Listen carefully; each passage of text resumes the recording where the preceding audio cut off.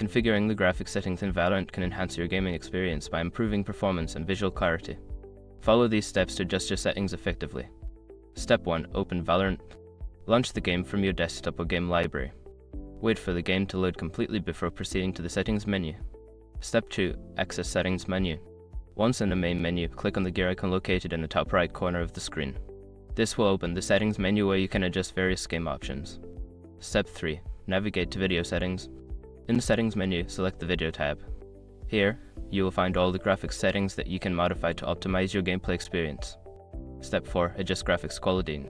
Under the video settings, you will see options for graphics quality. You can choose between different presets: low, medium, high, or custom based on your system's capabilities. Low settings can improve performance on less powerful machines, while higher settings can enhance visuals on more capable systems. Step 5. Set resolution and frame rate. In the same video settings menu, adjust the resolution and frame rate settings according to your monitor's specifications. Make sure to select a resolution that matches your display for the best visual experience, and set the frame rate limit to match your monitor's refresh rate for smoother gameplay. After completing these steps, you should have a tailored graphics configuration that enhances your Valorant experience. Enjoy your game.